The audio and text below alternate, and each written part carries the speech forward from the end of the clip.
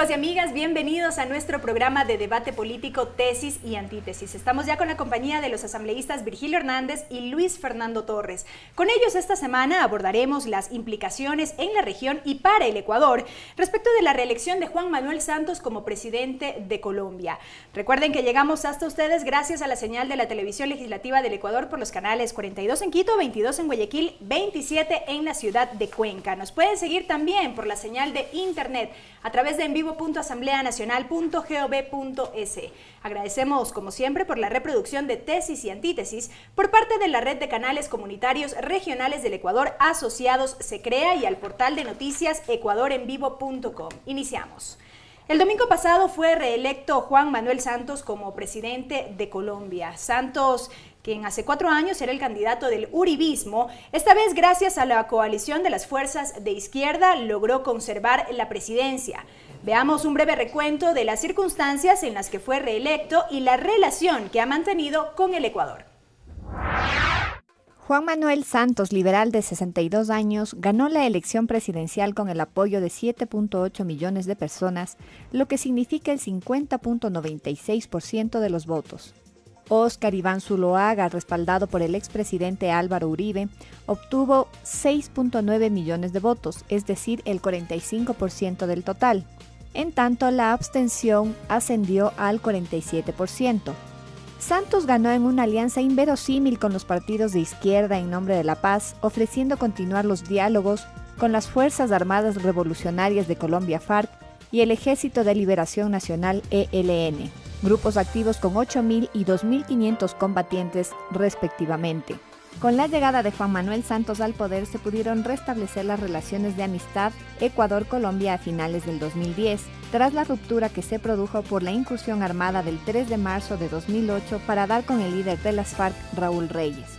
Colombia es el primer socio comercial del Ecuador y Ecuador es el país que recibe el mayor flujo de refugiados. Oficialmente, se han reconocido 54.620 ciudadanos colombianos en calidad de refugiados.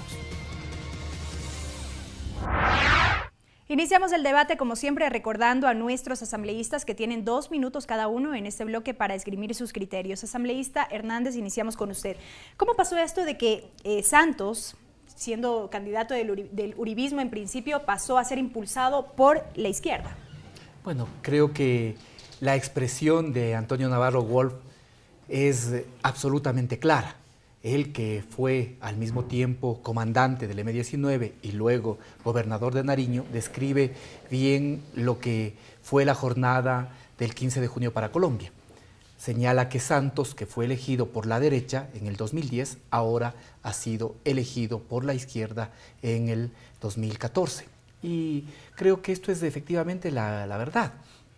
Si es que no habría sido por el apoyo de sectores del centro izquierda, recordemos que el Partido Conservador, aunque no le apoyó oficialmente, su fuerza parlamentaria mayoritaria sí apoyó al presidente Santos.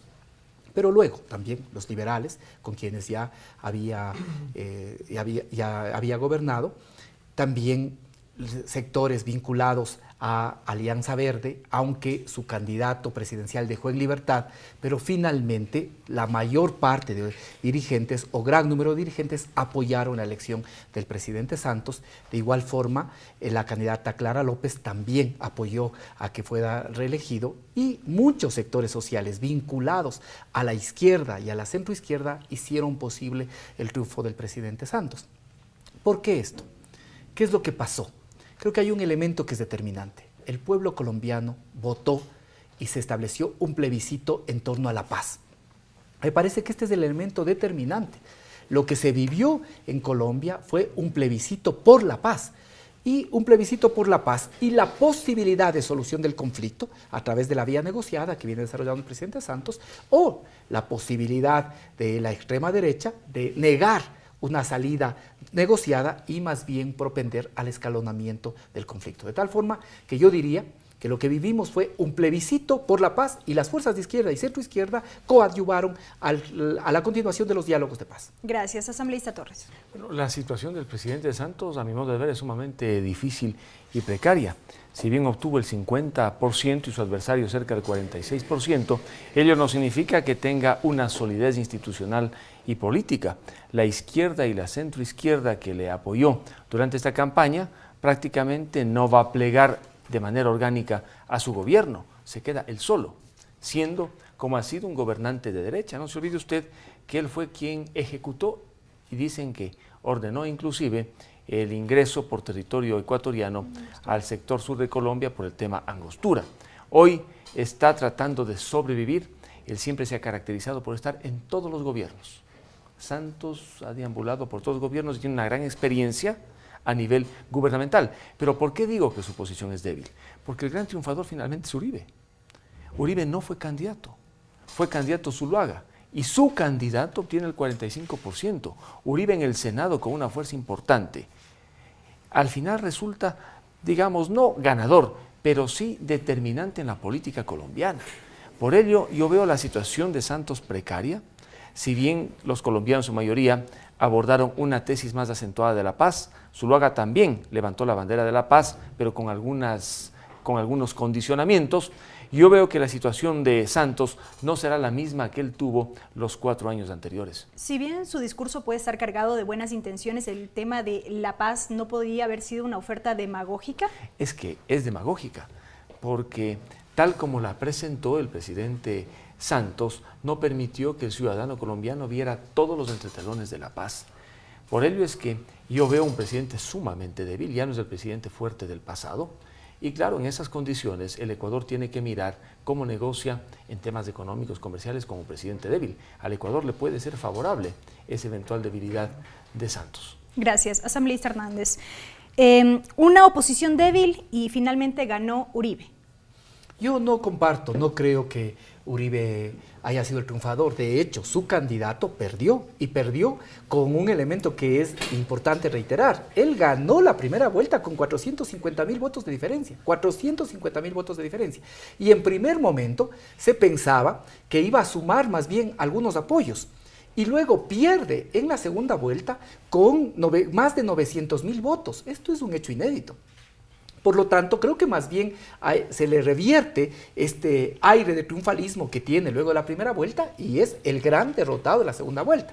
Por otro lado, tampoco comparto con el tema de que la paz es una promesa demagógica, y ya después seguramente vamos a analizar cómo ese proceso de paz tiene implicaciones directas con el país, y yo creo que tiene beneficios. También nosotros, al igual que el resto de países de la región, somos beneficiarios de que la posibilidad de la paz se concrete en Colombia, y seríamos perjudicados, hubiésemos sido inmensamente perjudicados de que vuelvan estas afanes guerreristas, neocolonialistas, vale decir también, de Zuluaga a través de Uribe, que habrían reeditado lo que fue la presidencia del expresidente Uribe. No olvidemos que el expresidente incluso estuvo dispuesto a colocar una serie de bases militares, estableciendo y escalonando lo que podría haber sido el conflicto en la región. De tal manera que no creo realmente que Uribe haya sido triunfador. Perdió en segunda vuelta, y además, es verdad, va a tener una presencia importante, pero es apenas del 20% del Senado, y su presencia en la otra Cámara es más bien poco representativa.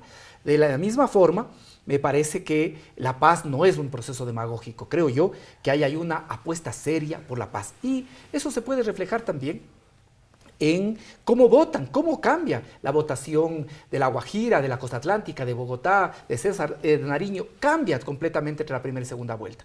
Y eso va a permitir, creo yo, que ahora se pueda pensar en un gobierno. El presidente ha dicho que va a ser la selección nacional en su gobierno, aunque sí coincido, va a ser muy difícil que la izquierda pueda participar en ese gobierno, pero sí va a ser un importante factor de presión para que se cumpla la agenda política planteada por Santos. Gracias. Si bien, asambleísta Torres, perdió el candidato de Uribe, no hay que olvidar que Santos también es un candidato de derecha, a pesar de que ha sido impulsado por la izquierda.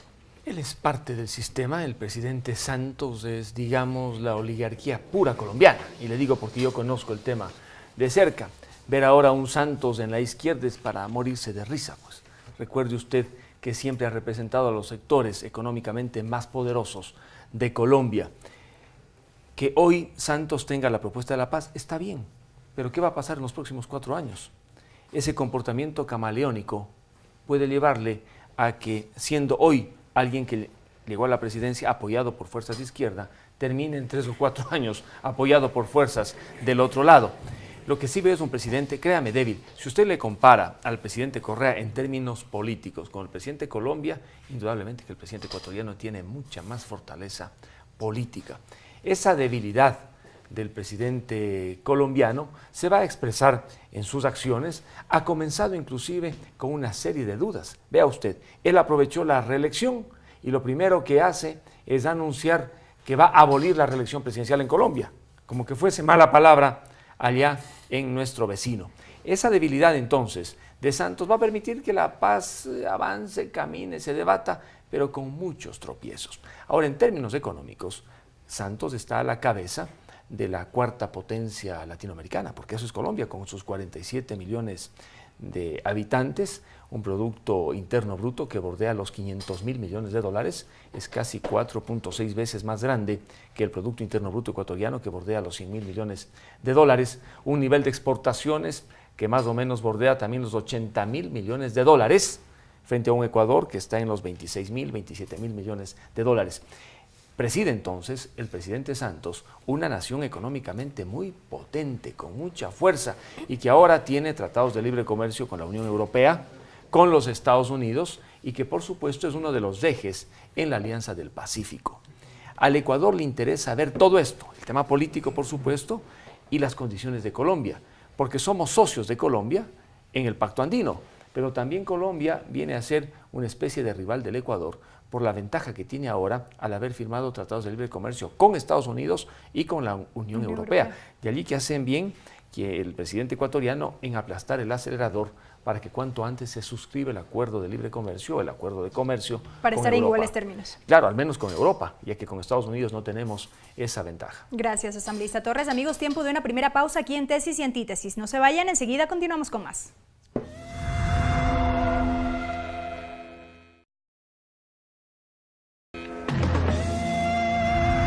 Estamos de regreso, amigos, con más de Tesis y Antítesis. Esta semana evaluamos las implicaciones de la reelección de Juan Manuel Santos en Colombia. Recuerden que llegamos a ustedes gracias a la señal de la televisión legislativa en los canales 42 en Quito, 22 en Guayaquil, 27 en la ciudad de Cuenca. También por internet a través de envivo.asambleanacional.gov.es. A continuación les invitamos a ver un video respecto de lo que dicen los ciudadanos colombianos residentes en el Ecuador. Pues mal, porque quisiéramos otro gobierno, a ver si de pronto acaba tanta pobreza, tantas necesidades que tenemos allá.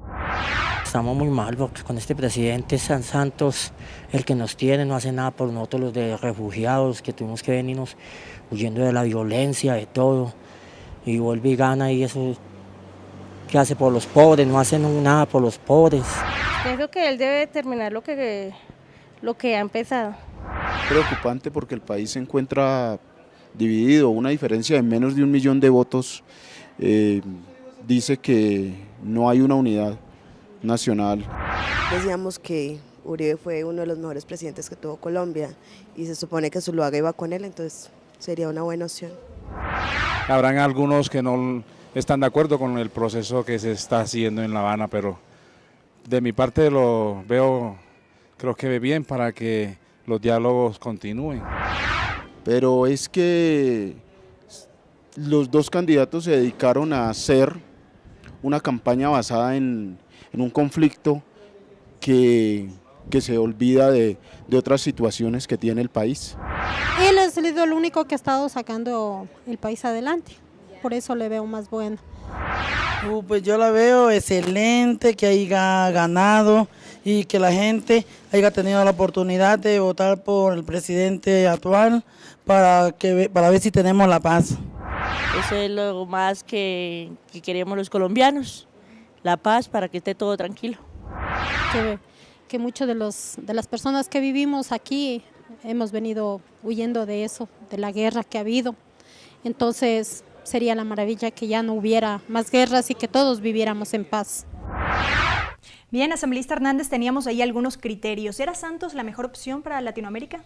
Mire, yo en primer lugar quiero ratificar lo que dice Luis Fernando. Santos no es el candidato de la izquierda. Creo que uno de los errores precisamente fue mostrarle a Santos como parte del bloque del castrochavismo, como se ha dado en llamar despectivamente a los procesos del socialismo del siglo XXI. No, eso no hay que perderse. Aquí lo que existía era una alternativa entre la continuidad de la guerra, empujada por la extrema derecha, que entiende la posibilidad de la paz como una claudicación, por lo tanto alimenta las expectativas guerreristas, y la posibilidad de la finalización de la guerra. Y esa finalización de la guerra representaba el presidente Santos. También yo, y así mismo, considero que es el análisis de los sectores de izquierda de Colombia. Me parece que es precisamente por eso es imposible que participen en el gabinete. Ya lo ha dicho Clara López, el Polo Democrático, que ella no participará. Lo mismo, Peñalosa ha señalado que ni siquiera él tomó una posición. Fueron otros líderes de su partido, de Alianza Verde, los que empujaron el apoyo, pero él señaló la libertad de voto. ¿Por qué? Porque ahora la izquierda tiene que ser vigilante. Tiene que ser vigilante de que las promesas y la agenda que queda luego de las elecciones se cumpla. Este es un elemento determinante. ¿Qué es lo que sí nos demuestra? Primero, la fragilidad de la democracia colombiana. 47% de abstención, nos dice, es un dato que hay que mirar. Y segundo, la izquierda se volvió determinante, porque fueron estos posicionamientos de los sectores de izquierda y de los movimientos sociales los que permitieron la elección de Santos. ¿Para qué?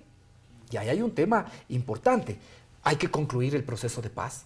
Hay que establecer, además, el tema de justicia para las víctimas, el tema de los desplazados, el tema de aquellas personas que fueron despojados de sus tierras por el conflicto, tienen que ser reparados, obviamente. Y lo que significa justicia, sobre todo en el sector rural, afectado precisamente por la firma de los tratados de libre comercio con Europa y Estados Unidos. Gracias, asambleísta Torres. ¿Podrá la izquierda obligarle a Santos a cumplir efectivamente sus ofertas? Difícil, muy difícil, porque la izquierda no tiene un peso determinante, a tal punto que los dos candidatos, Zuluaga y Santos, eran candidatos pues, que podrían estar del centro hacia la centro derecha. Fue una diferencia finalmente en cuanto a los tiempos y a la velocidad de la paz, lo que diferenció al uno y al otro. Ahora que hubo una abstención, o más bien un ausentismo alto de cerca del 50%, es una realidad, porque en Colombia el voto no es obligatorio, de tal manera que todos los electores no fueron a las urnas. Fue en la segunda vuelta cerca de la mitad. Ahora el triunfo de Santos también se cuestiona. Dicen que se utilizó desde el poder una serie de instrumentos y recursos para movilizar a alcaldes, gobernadores, con una serie de ofertas de orden clientelar, a tal punto que yo he podido revisar estos días la prensa colombiana y he visto también en algún programa los pedidos que hacen muchos de cuándo me llega la casa. Entonces, el problema no es la paz, sino cuándo me dan la casa que me ofrecieron. De tal modo que, por eso le digo, la posición de Santos es sumamente frágil. La izquierda fuera de su gobierno y Uribe, con lo que representa el 45-46% de aquellos que sufragaron en la segunda vuelta, igualmente mirando de lejos la operación por la paz. Que Colombia necesita paz, por supuesto. Que la paz le beneficia al pueblo colombiano es innegable. Y que también Ecuador se beneficia de un proceso de paz, no tiene duda alguna. Ojalá la paz llegue pronto a Colombia. Si Colombia prospera, mejora la situación ecuatoriana, porque habrá ya más compradores para nuestros productos. No habrá las migraciones que hoy tenemos, ya que los colombianos podrán permanecer en su territorio. A todos nos alienta la paz, pero una paz de verdad, no una paz con caricaturas y maquillajes. Tiene que ser una paz que, por supuesto, no deje en la impunidad a todos aquellos que se han levantado en armas y han generado zozobra, inseguridad en Colombia. Gracias, asambleísta Hernández. A propósito de este proceso de paz impulsado, ¿el Ecuador podría jugar algún papel mediador en este aspecto? Bueno, ya los procesos de paz, sobre todo con las FARC, están adelantados. Se viene trabajando en una mesa permanente que ahora tendrá que reiniciarse en La Habana, y ahora existe también el pronunciamiento del Ejército de Liberación Nacional de que quisiera entrar en el proceso de negociación. No se olvide que el Ejército de Liberación Nacional también tiene cerca de 2.800 efectivos aproximadamente. Ahí quizá el Ecuador podría ofrecer sus buenos oficios, y creo que todos deberíamos estar dispuestos a jugar esa apuesta por la paz. Ahora, el reto no es fácil. Sobre todo porque en Colombia, vamos a decirlo así, además hay unos señores de la guerra que han hecho de la guerra su negocio, y esos van a estar interesados en profundizar el conflicto. No olvidemos lo que pasó en Colombia, y por eso el reto es inmenso. Poder consolidar, primero finalizar los acuerdos de paz, y luego consolidar esos acuerdos de paz, reconocer el estatus de actor político también a quienes hoy están levantados en armas, a los sectores sociales, y garantizarles sobre todo las posibilidades de una justa contienda democrática. No olvidemos lo que ya pasó luego de los acuerdos de paz con el M-19 en Colombia. Esto es importante tenerlo presente, porque implicó en la práctica la desaparición física de la izquierda. Yo creo que este triunfo, que se logra también gracias a las fuerzas de centroizquierda y de izquierda, es significativo porque implica también la recomposición de un caudal social, político y de votos electoral que fue mermado durante los años 80 y 90 por el paramilitarismo. Aquí en Colombia se mataron, se asesinaron, se desapareció físicamente, algunos dicen cerca de 5.000 dirigentes de la Unión Patriótica y de Aluchar. Y la izquierda, aún a pesar de eso, ha podido recomponerse. Por eso, ahora los retos efectivamente son inmensos, y la izquierda, y sobre todo este amplio caudal social, va a tener que estar vigilante de que el proceso de paz se cumpla, y que luego también esta agenda que se deduce de la paz también pueda ser implementada. Gracias, asambleísta Torres. Sí, como dice Virgilio, el camino hacia la paz es un camino difícil, está empedrado de muy buenas intenciones, no cabe la menor duda, pero en el proceso de paz existen algunos actores. Allí está el Estado como un actor importante, y aquellos que están fuera del Estado, aquellos que no han reconocido la institucionalidad, aquellos que se han levantado en armas, aquellos que han colocado bombas en el centro de Bogotá, han muerto inocentes, aquellos que han secuestrado y han tenido durante muchos años en cautiverio a inocentes políticos, ciudadanos, hombres, mujeres, allá en Colombia. ¿Cómo llegar a la paz? ¿Es cuestión de decir nada hubo en el pasado?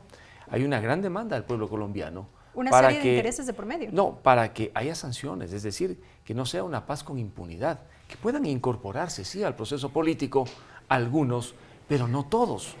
Aquellos que tienen sus manos manchadas de sangre no pueden incorporarse como que nada hubiese ocurrido. Tiene que haber, en definitiva, un juzgamiento. De allí que ese es el debate de fondo.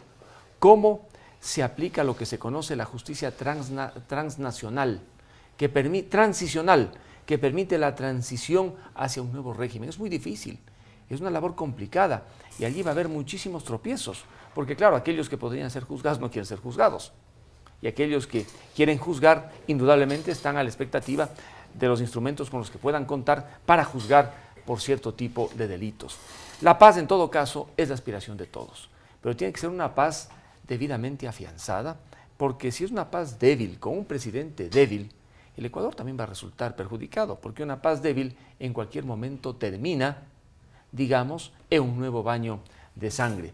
Lo que nos interesa entonces es que allí en Colombia, por el camino de la paz, Colombia económicamente siga creciendo, porque en definitiva, mientras mejor económicamente Colombia, también se beneficia nuestro país. Gracias, asambleísta Torres. Amigos, tiempo de una breve pausa nuevamente aquí en Tesis y Antítesis. Enseguida continuamos con el bloque final.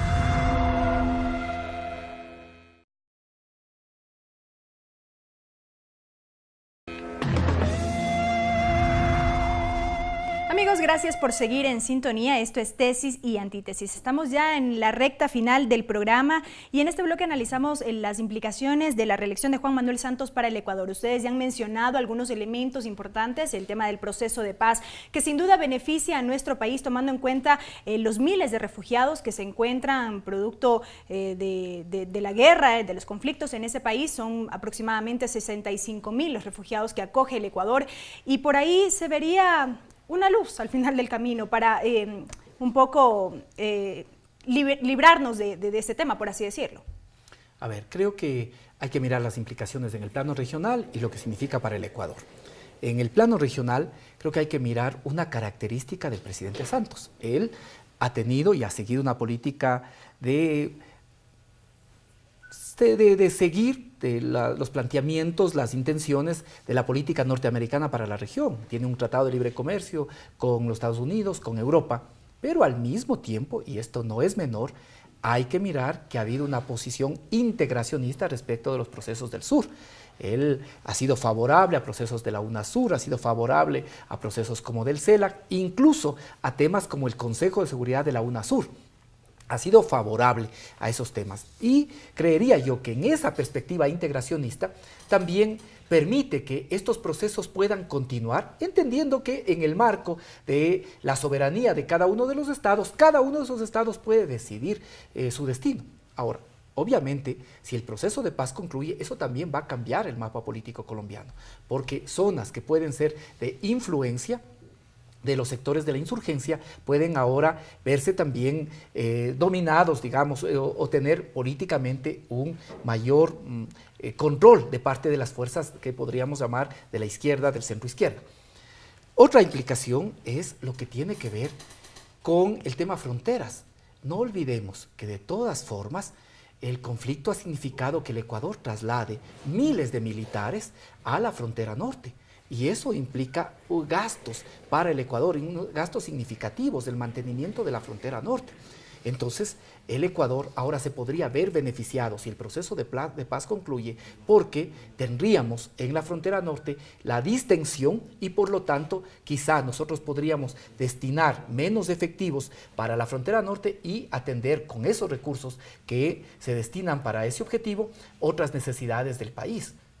Está también, como usted bien ha señalado, el tema humanitario, el tema de las personas que han sido desplazadas y aquellos que están ya en condición de refugiados, ¿sí? Que efectivamente, si sumamos los unos y los otros, puede darnos quizá el monto que usted, de personas que usted señala, ¿no? Más de 60.000 personas que pueden tener esa condición. El Ecuador también invierte en eso y ha existido una posición, digamos, de Colombia de no responsabilizarse también de esos miles de refugiados que, sin embargo, terminan teniendo un costo para el país, que el Ecuador lo asume en el marco del respeto a los tratados internacionales, pero no deja de ser también una importante inversión. Creo que otros temas colaterales es que se puede controlar mejor al Ecuador como un país de tránsito respecto del narcotráfico y también vale decir que existía un tránsito y abastecimiento básicamente hacia las fuerzas insurgentes. O sea, hay una serie de elementos que pueden beneficiar a la economía ecuatoriana y sin duda esto también puede dinamizar la relación comercial que ya es importante con Colombia. Creo que gana Colombia, gana la región, gana el Ecuador, todos ganamos con la apuesta por la paz. Gracias, todos ganamos por la apuesta por la paz. Sí, como dije anteriormente, la paz indudablemente beneficia a todos, pero una paz sólida, no una paz endeble, una paz debidamente negociada, sin impunidad, una paz con justicia, una paz con libertad. Lo que ha caracterizado a Colombia durante, digamos, los últimos 14 años ha sido el gran milagro económico en medio de la violencia. Uno no se explica cómo la economía colombiana ha crecido a tasas del 5% anual, cómo Colombia se ha convertido ya en la cuarta economía latinoamericana, detrás de Brasil, México y Argentina. La economía colombiana cuenta en medio precisamente de un proceso de violencia en el que ha venido teniendo pues una gran participación, especialmente los grupos levantados en armas. Ese es, digamos, uno de los sesgos más importantes que tiene Colombia y que le ha permitido, antes que el Ecuador, celebrar un tratado de libre comercio con Estados Unidos, con la Unión Europea y varios tratados de libre comercio con otras naciones. Colombia entonces, a nivel económico, está en pie. Igualmente, los colombianos tienen su propia moneda que se encuentra generalmente debidamente apreciada. No la devalúan como se devaluaba nuestro viejo sucre, lo que le da una sostenibilidad al poder adquisitivo del colombiano. Con ese vecino, entonces, es con el que tenemos que convivir los ecuatorianos. Un vecino donde hay violencia política, pero una de las democracias más antiguas también del continente. El Ecuador, en la década de los 70, ¿qué tuvo? Una dictadura militar. Los colombianos tuvieron democracia. Han tenido entonces instituciones representativas, violencia y una economía en movimiento y que crece.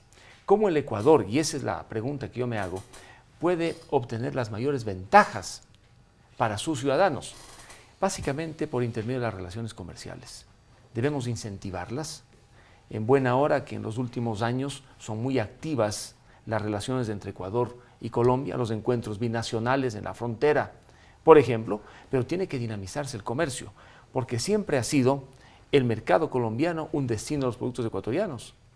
E igualmente, en muchos casos, el mercado ecuatoriano ha sido un destino de los productos colombianos. ¿Y cuántos colombianos viven en nuestro país? No son pocos. Se dice que el número de colombianos podría prácticamente formar una ciudad. ¿Están integrados al Ecuador? ¿Cuál es el rol que juegan en nuestro país? Todo ello cuenta. Y por supuesto, el tema militar. En ello coincido con Virgilio. Si se afianza una paz sólida en Colombia, ya no habrá necesidad de tener todo el contingente que hoy tenemos en la frontera norte. No habrá que descuidar la frontera norte, por supuesto, pero ya no habrá que tener ese contingente que hoy en definitiva se tiene. En todo caso, ojalá tengamos la paz deseada, una paz justa, equilibrada, una paz con libertades. Gracias, asambleístas, por sus criterios. Amigos, recuerden que la síntesis les corresponde a ustedes. El video de este programa se puede revisar en nuestro canal de YouTube y en la página de Facebook de Tesis y Antítesis. También nos pueden escribir al correo electrónico tesisyantitesis@hotmail.com. Este programa se reproduce por la señal de la radio de la Asamblea Nacional los lunes a partir de las 8 de la mañana y se difunde por la red de canales comunitarios regionales del Ecuador asociados Se Crea. También por el portal de noticias ecuadorenvivo.com. Hasta la próxima semana.